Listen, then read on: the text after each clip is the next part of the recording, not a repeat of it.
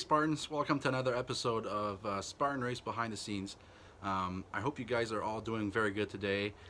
It's actually a nice day here. The sun is setting, a bit of snow is melting. I'm happy to see it go away so we can get to building your obstacles, building your race courses. So hopefully it gets gone. Today we'll be talking a bit more about the build job, the construction manager job, which is what I do here at Spartan. My name is Nick, by the way. Some people call me Bear. It's been an acquired nickname throughout the years, so if you know me as that, that's cool. You can call me that. I've been working for this company for a little while now, and it's honestly the best job I've ever had. It's brought me great knowledge and great fun as well, and it made me embrace the suck a lot, especially in the early days. You know, it was a bit more rugged around the corners, so rough around the corners, I guess you call it. It was difficult the first years, and I'm so grateful for that, and I'm so grateful for what we have today, the great organization, the great people, and you know, this new partnership. Well, I guess I don't know how to call it, but being supported by the U.S. is just it's just great. It works so well for us, so I'm super happy about that. Once again, I hope you guys are staying safe at home. I am too. I'm in my backyard right now, enjoying some fresh air after a long day at work. I guess we'll go a bit more into the build side right now. A bit about my responsibilities as a construction manager. I was going to say my old title. And also what I like about the job. And I do have some of your questions over here on my laptop, if I can get it to work. There we go. Some questions that you guys sent in for me to answer, so I'll do my best to answer them accurately, and I hope it's adequate for you guys. So my responsibilities, I guess there's two sides of responsibilities that I'm responsible for. There's the planning aspect, so everything that goes in, you know, behind the scenes before a race, you know, how to get the events going out, make sure we have the permits, make sure we have the equipment, making sure, you know, our contract with the venues are good, making sure you know, we have the right people for the right jobs, making sure, you know, there's a bunch of things. We have to go on a site visit before and make sure, you know, the venue is adequate for our needs. So there's so much work that goes behind, and I'd like to salute my whole team that helps me with that, because obviously I don't do that all alone. And we've got a big team this year, and I really think that this is going to bring the race quality up, so I'm really optimistic.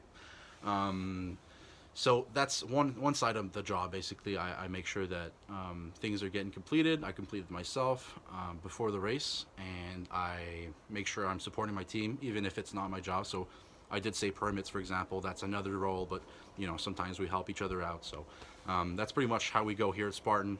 We try to help each other out and just get it done, basically.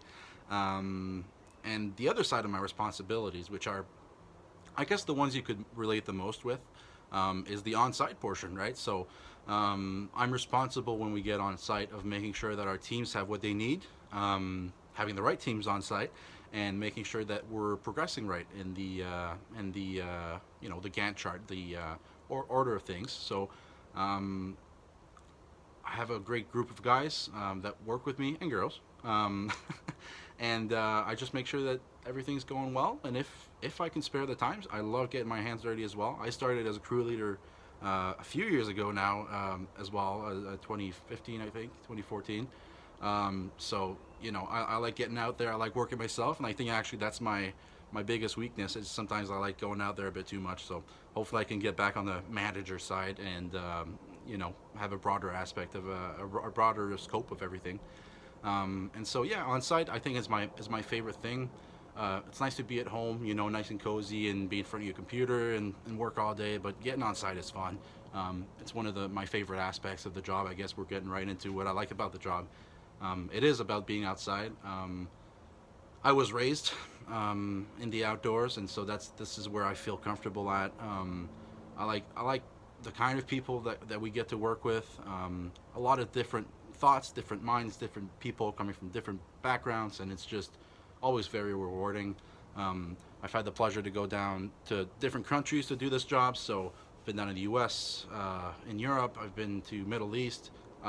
Anyway, I've done a bunch of places, so it's always good that we can see that the Spartan spirit is chiming on. You know, whoever you meet from wherever they are, usually they always have that energy and they always have that knowledge and that eagerness to know more about the brand. And it's a bit of a competition sometimes. They people always want to know more, or they want to challenge you a bit more sometimes, but it's always a good time. So that's what I like about the job. I like everything that it brings to me, and I hope that I put back what I get from it into the company. So that's what I hope I bring to Spartan as well, through all these learnings.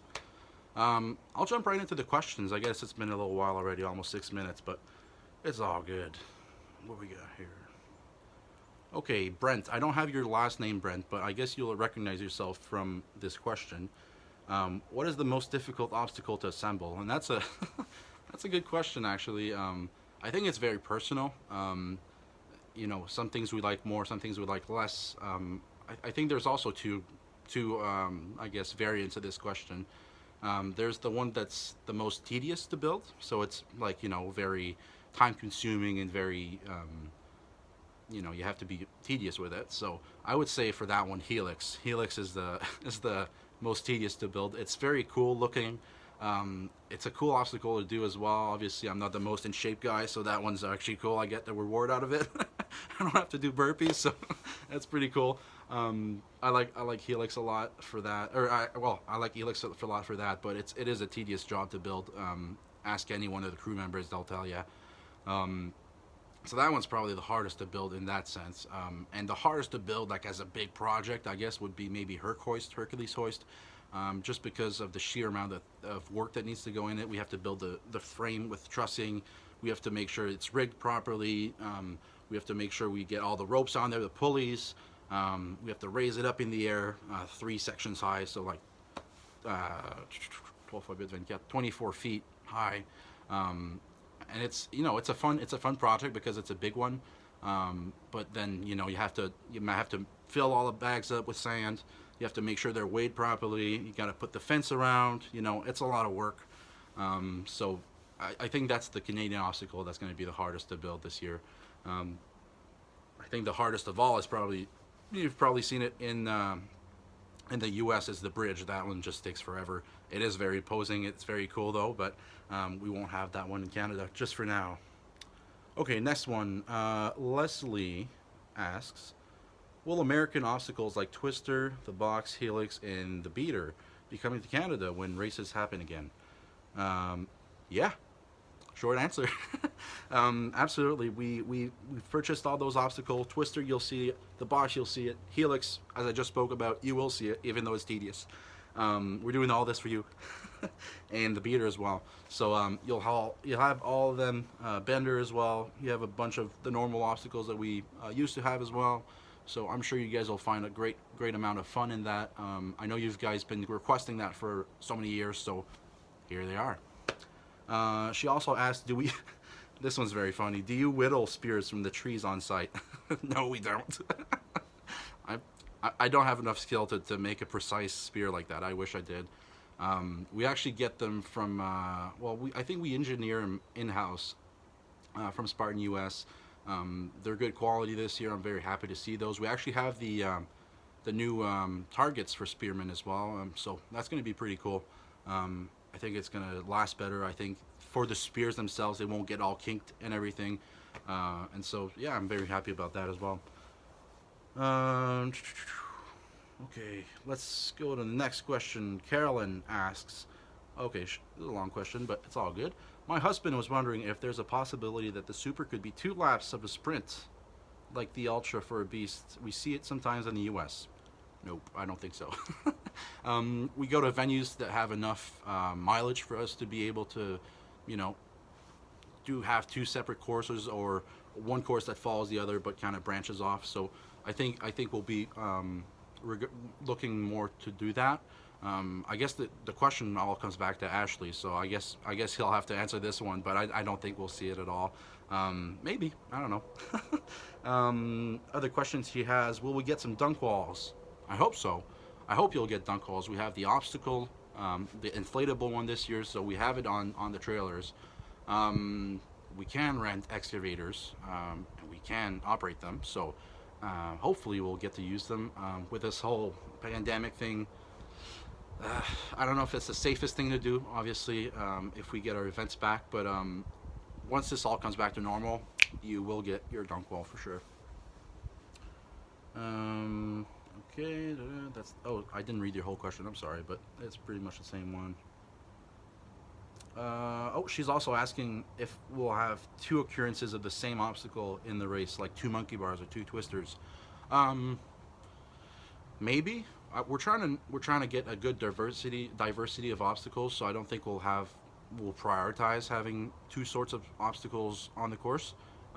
We do have the option to do that with some of the obstacles. Maybe not monkey bars and twister like you precised here, but maybe like two barbed wires, or maybe two atlas carries, or two sandbag carries. Who knows? Maybe. I don't know. That's once again a question for Ashley. But I guess we do have the capabilities to make some of those a double obstacle. So yeah, that's pretty much it. And last question. Okay, comes from Alexander. I don't know which pronunciation you like the most. How long does it take to assemble and disassemble a race course? Takes a while. Thankfully, we have really skilled people here at Spartan that are, very time efficient. They know what they're doing, and they take pride in their job. So always safe, but always goes up pretty quick.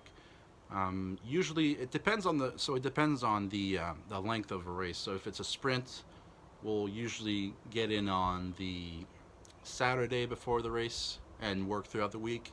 If it's a super, we'll probably get in on the Friday, and if it's a beast, then maybe on the Thursday or maybe a bit before, depending on the terrain, depending on what the venue looks like, depending on resources, so manpower, machinery, all these things, and depending on the scope, obviously, of the project, beast, super, or sprint. So it takes a while to assemble them. We work so freaking hard for you guys. Honestly, like when we get on site, we work like day and night. Literally, it's happened multiple times, especially back in the days we weren't as skilled as now.